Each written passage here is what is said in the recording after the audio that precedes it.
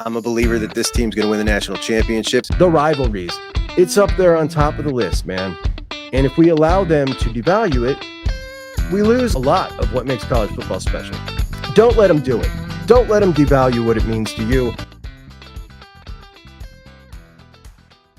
Welcome to JUCK on Bucks. Appreciate you so much for joining me. Not our normal JUCK on Bucks. This is more of a breaking news kind of episode here. Listen, I'm just going to get right into it. I don't even know how to frame this thing, but in 2023, Michigan quarterbacks coach and co-offensive coordinator Matt Weiss was fired from the university, and a report was leaked at the time that it had to do with computer crimes, not just computer crimes, but computer crimes that took place at Michigan's football facility, Schembechler Hall. We also heard that the FBI was involved in this. At the time, we had no clue what it was about. Certainly a lot of theories were leaking as it was going on at the same time as the Stallion stuff. Also happening during that period, the kid who was allegedly caught in a sting operation trying to meet a young girl at a Walmart, and that was one of those vigilante sting operations. So I don't know where that went or if that ever led to any kind of prosecution or not. But that kid in his Michigan gear at the Walmart was working at the facility in some capacity, and his goal was to eventually work with the university in a full-time capacity. And he was one of Stallion's dudes, right? But I don't think any of those things were related. At the time, we didn't know. It just looked like a whole bunch of stuff, right? But what was the Matt Weiss stuff about? The school had wrote a letter terminating Weiss, and the AP got a copy of that letter. And in that letter, the school said, it was basically, all right, you're terminated. Here's why we're terminating you. And it said, we asked you to attend a meeting to discuss how you gained access to these email accounts. You did not show up. That's why we're terminating you. So he was asked to come meet with them to explain what he had done, what they had found, and he chose not to come up. They fired him. So this came about when another Michigan employee had reported fraudulent activity involving someone accessing other university email accounts. So similar to what we now know about the Stallions case, the call came from inside the house. Somebody dropped a dime at Michigan in both instances. Well, we now know what this Matt Weiss thing was about. The federal indictment for Matt Weiss has just come down. This man is charged with 24 counts, 14 of them for unauthorized access to computers, 10 counts for aggravated identity theft. If convicted, he faces up to 90 total years. 5 years for each of the 24 computer counts, and 2 years apiece for each of the identity thefts. So we're talking a huge deal here. He's not yet been arrested, but he's expected to surrender soon. His lawyer has not made a public statement yet. So what are they alleging in these counts, in this indictment?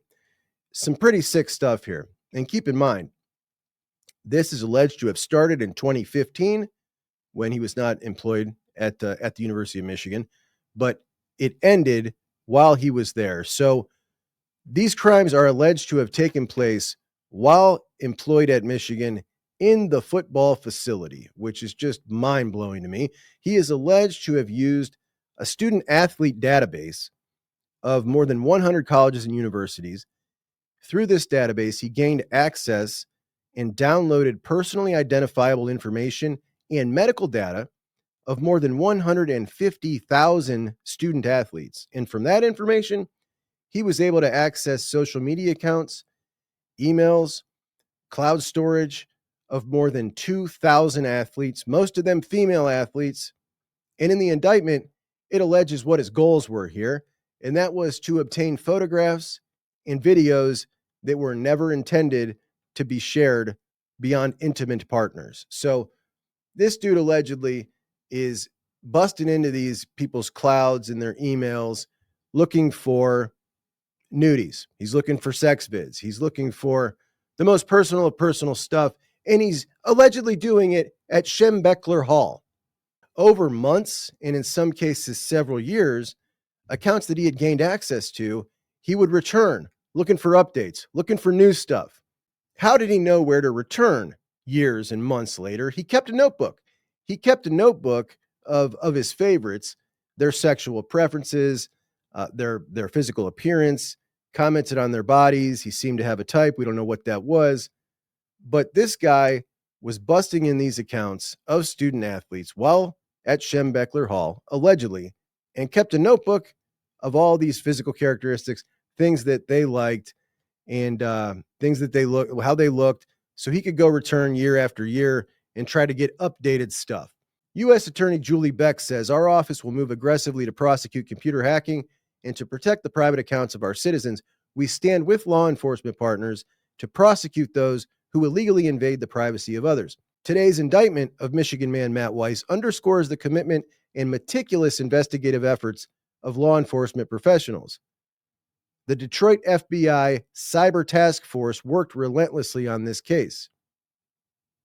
She didn't really call him a Michigan man. I did. But it's just one more example of the unequivocal total lack of institutional control by the Michigan football program under Jim Harbaugh. I don't know how you can spin this any other way, man. The stuff that happened under this guy's watch, you got a guy in Schembechler Hall committing a crime that could land him in prison for 90 years, allegedly. This obviously makes COVID recruiting violations and illegal sign scouting, stealing, and attempting to cover that up look like child's play, though those are all pretty serious allegations in the terms of the college football world. This is the real life world. And this guy who was savvy enough to do this to 150,000 student athletes, getting this database and getting access to all this stuff, he's obviously pretty skilled at this kind of thing. What else was he doing at Schembechler Hall? What else was he offering his services up for? And this isn't a guy that just came out of nowhere. This is a Baltimore Ravens, John Harbaugh to Jim Harbaugh connection. This guy was in the fam. He was in that little clique. I think those are all valid questions. Also, one of 4 guys in the last 3 years who were coaches or analysts in the Michigan football program who were fired for things not football related, including Stallions, linebackers coach Chris Partridge for trying to cover up Stallions stuff, Denard Robinson for something alcohol related, as well as that defensive line coach who was hired and fired for DUI in like a week.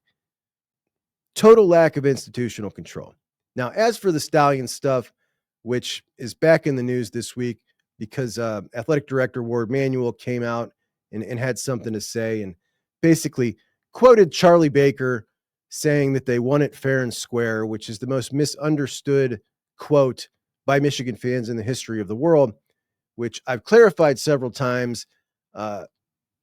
Charlie Baker did say that was not a defense of their crimes. That wasn't even a defense of their championship season. That was a defense by Charlie Baker of the games that were played that season after Connor Stallions was no longer on the staff. Now, you could argue, but that's what he was saying. He was saying that it was won fair and square the moment Stallions was gone, all the games moving forward. As we know, there were games played that season while he was on staff.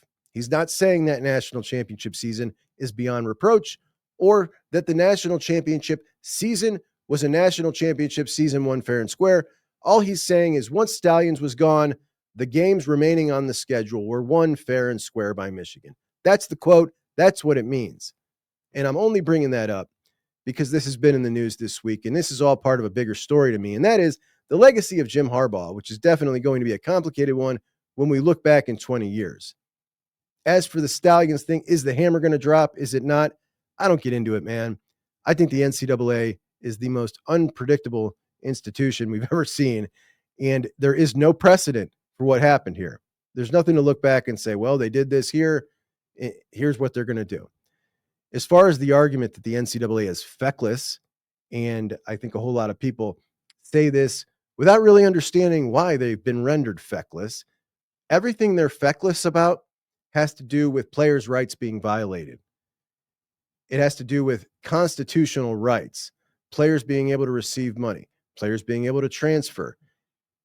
Imposing punishments on teams for violating rules, nothing's changed there.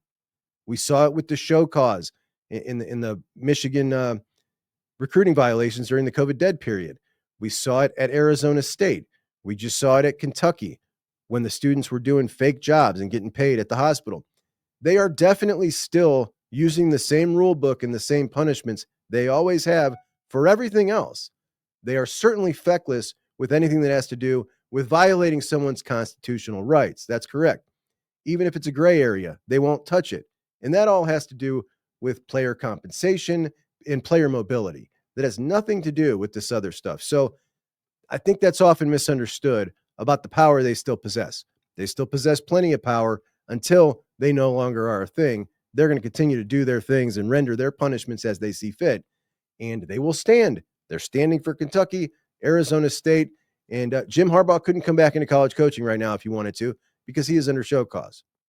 That is the update on that situation. A pretty disgusting story, and curious to hear your guys' thoughts on it. Though I'm pretty sure I know what they're going to be from one side, and I know what they're going to be from the other side. However, to the other side, who I'm sure wants to use this as a way to take pot shots at Ohio State or something. Like I don't know how you defend this.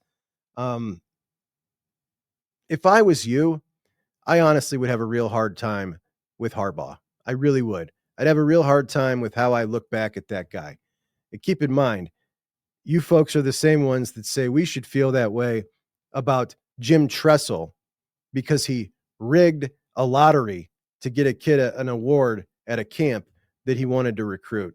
And because he lied to try to keep his players out of getting in trouble for trading memorabilia for tattoos. How do you feel about Harbaugh? He's got a guy in Schembechler Hall. You want to talk about disrespect. To do that in Schembechler Hall, man, oh man. I don't know how you can defend Harbaugh anymore for everything that happened under his watch. It's just, it's pretty repulsive. It's pretty repugnant, allegedly. Anyway, that's our update. Talk